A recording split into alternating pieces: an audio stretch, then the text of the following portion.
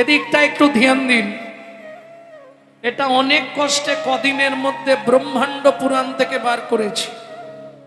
পিতৃবধের ঋণ পরিশোধের নিমিত্তে ভগবান শ্রীকৃষ্ণের অঙ্গে আঘাত করলেন।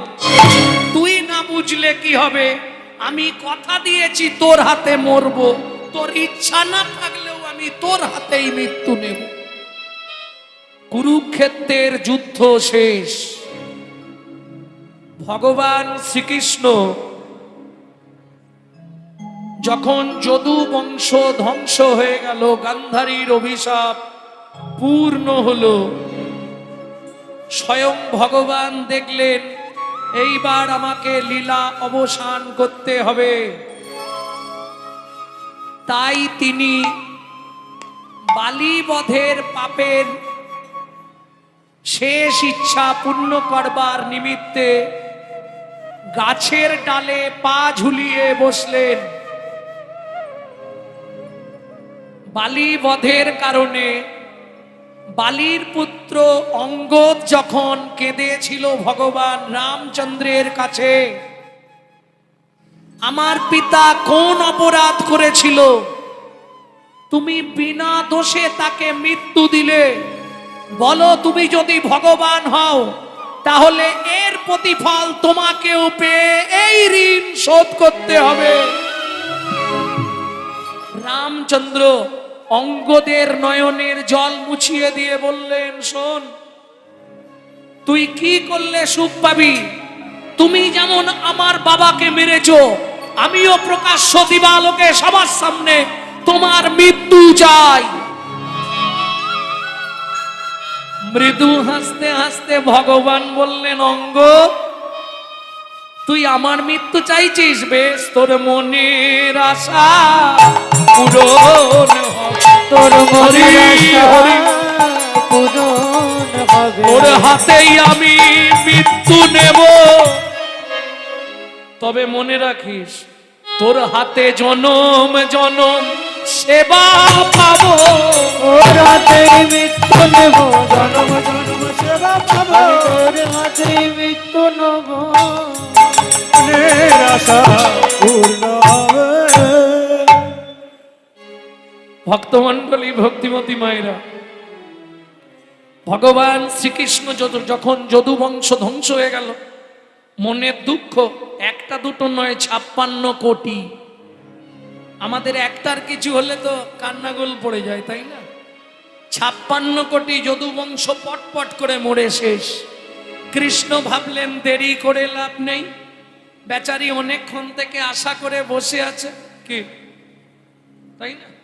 অনেকক্ষণ ধরে আশা করে বসে আছে, কখন আমাকে মারবে, তোর ইচ্ছাটা পূর্ণ করে দে। ভগবান কি করলেন? তরুমূলে উঠলেন, গাছের ডালে বসে আর পা দুটোকে একসঙ্গে করে কোক পাখির মতো দুলাচ্ছে। অঙ্গদ পরজন্মে জন্মগ্রহণ করলো জরাব্যাধ। ভগবানের ওই চরণকে লক্ষ্য করে অঙ্গদ দূর থেকে পিতৃবধের ঋণ পরিশোধের নিমিত্তে ভগবান শ্রীকৃষ্ণের অঙ্গে আঘাত করলেন। অঙ্গদ কিন্তু তখন বুঝতে পারেনি ওটা কৃষ্ণের চরণ। তুই না বুঝলে কি হবে, আমি কথা দিয়েছি তোর হাতে মরব, তোর ইচ্ছা না থাকলেও আমি তোর হাতেই মৃত্যু নেব। আস্তে ভগবান শ্রীকৃষ্ণ যখনই পায়ে তীর লাগলো, আপনারা বলুন, কোন ব্যক্তির যদি পায়ে একটা গুলি করে কেউ, সে মরে যায়? সামান্য একটা তীর লাগলো কোথায়? দক্ষিণ পদের তর্জনী অঙ্গুরিতে। সঙ্গে সঙ্গে ভগবানের দেহটা মাটির ওপর পড়ে গেল। ভগবানের দেহ তো মৃত্যু হয় বলা যাবে না, নিজেই নিজের দেহ অবসান করলেন। খবর গিয়ে পৌঁছালো, ছুটে এলো উদ্ধব মহারাজ, ছুটে এলো অর্জুন, ছুটে এলো পঞ্চপাণ্ডব সহ সমস্ত ভক্তবৃন্দ। হা কৃষ্ণ প্রাণ কৃষ্ণ বলে সবাই যখন কাঁদছে, অর্জুন মনে মনে ভাবলেন দেরি করে লাভ নেই, প্রাণ যখন গেছে দেহের সৎকার করতে হবে। কি করলেন? চন্দন কাঠে ঘি মাখিয়ে ওই সমুদ্র সৈকতে, সমুদ্রের তীরে চিতা সাজানো হলো। চিতা বোঝেন তো? চিতার ওপর ভগবানের দেহটা তোলা হলো। এইবার অর্জুন অগ্নি সংযোগ করবে। যতবার চেষ্টা করে ততবার নিভে যায়। এসে দাঁড়ালেন স্বয়ং অগ্নিদেব। কি বলছে শুনুন তার বক্তব্য। কাঁদি কহে অগ্নিদেব, শোনো হে অর্জুন, কাঁদি কহে অগ্নিরে, শোনো হে অর্জুন। ত্রিভুবনে ব্যাপ্ত আছে মোর কি বাগু, ত্রিজগতে ব্যক্ত আছে মোর কি বাগো। কিঞ্চিত সময়ে সব ছাই করিতে পারি, কিঞ্চিত সময়ে ছাই করিতে পারি, তথাপি গো বিন্দ অঙ্গে তাপ দিতে নারী। আমি তথাপি গোবিন্দ অঙ্গে তাপ দিতে নারী। নানা তাপ দিতে পারবো না গো, নানা তাপ দিতে পারবো না। যে অঙ্গে তুলসী দিতে কর কেঁপে যায়, তাপ দিতে পারবো না গো। যে অঙ্গে তুলসী চন্দন দিতে কর কেঁপে যায়, সে তাপ দিতে পারবো না গো। যে অঙ্গে তুলসী দিতে কর কেঁপে যায়, ও গো ও যে আমার সাধনার ধন। তুলসী দিতে কর কেঁপে যায়, ও যে আমার সাধনার ধন। ও তুলসী দিতে কর কেঁপে যায়, তাপ দিতে পারবো না গো। দৈববাণী হলো অর্জুন, বৃথা চেষ্টা পরিহর, চেষ্টা করলেও আমার ওই দেহ পোড়াতে পারবে না। এক কাজ করো, আমার ওই দেহ সমুদ্রের জলে বিসর্জন দাও। প্রেম সে বলো ভগবান কৃষ্ণচন্দ্র কি। সমুদ্রের জলে বিসর্জন দেয়া হলো ভগবান শ্রীকৃষ্ণের দেহ। কিন্তু বালির পুত্র অঙ্গদ যে জরাব্যাধ, যার হাতে ভগবান শ্রীকৃষ্ণের মৃত্যু হলো, এতক্ষণ মাথায় হাত দিয়ে বসেছিল কি দেখে? জীবনে এত বড় ভুল করলাম যে ভগবানের জন্য সারা পৃথিবীর মানুষ সাধনা করে, আজকে আমি তাকে তীর বিদ্ধ করে মারলাম। এই পাপের প্রায়শ্চিত্ত আমি করব।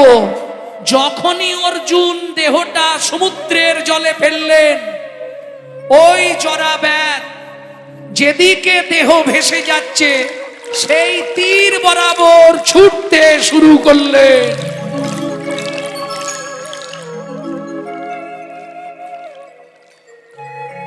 ছুটতে ছুটতে ছুটতে ছুটতে আর পাচ্ছে না। প্রায় 3 বৎসর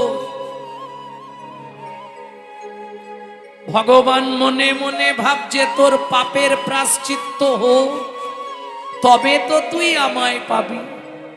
এসে পৌঁছালো ভগবান শ্রীকৃষ্ণের দেহ সমুদ্র সৈকতে, আর পাচ্ছে না। ক্ষমা করো ও গো দয়া মা,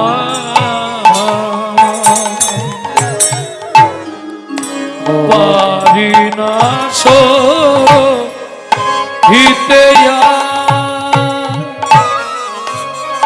ক্ষুধা জ্বালা দুঃখ পারি না সহিতে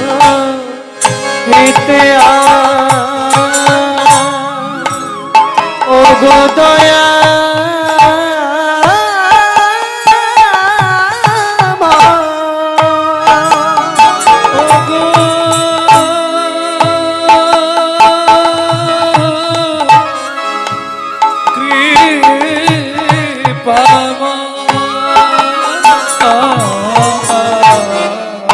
পারি না সহিতে ক্ষুধা জ্বালা দুঃখ, কৃপা করে ভগবান তুমি কৃপা করে করো মোরে, কৃপা করে ভগবান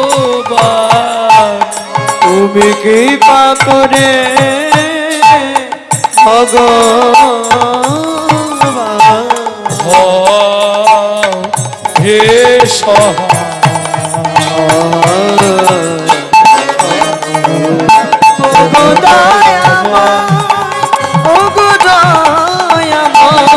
ক্ষমা করো গো দয়াময়, ও গো দয়াময়, ক্ষমা করো গো দয়াময়। হবে না, শোন জড়াবেন, এই পাপের প্রায়শ্চিত্ত যদি করতে হয় চেয়ে দেখ, আমার নাভি কুণ্ড জল জল করে জ্বলছে, ওই নীলকান্তমণি তুলে নিয়ে যা, ব্রহ্ম পর্বতের ওপর প্রতিষ্ঠা কর নীল মাধব রূপে।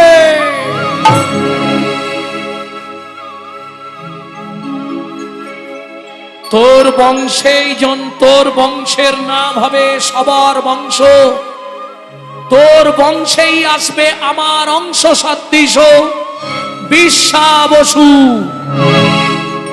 যার দ্বারা আমি ধরাধামে পূজিত হব নীল মাধব রূপে। আর দেরি নয়, নাভি কুণ্ডটা আস্তে আস্তে বের করে নিলেন নীলকান্তমণি। ওই নীলকান্তমণি ব্রহ্ম পর্বত রোহিণ কুণ্ড অক্ষয় বটের তলায় প্রতিষ্ঠা করলেন কিটুং কিটুং। নীলমাধব নাম অনেক পরে, প্রথম নাম হলো কিটুং। ক্রি শব্দে কৃষ্ণ, টুং শব্দে নাভি। কৃষ্ণের নাভির পুজো করা হতো বলে ওই দেবতার নাম ছিল কিটুং। এইবার চলুন তার বংশধর প্রতিষ্ঠা করলেন বিশ্বা বসু, নাম হলো নীল মাধব।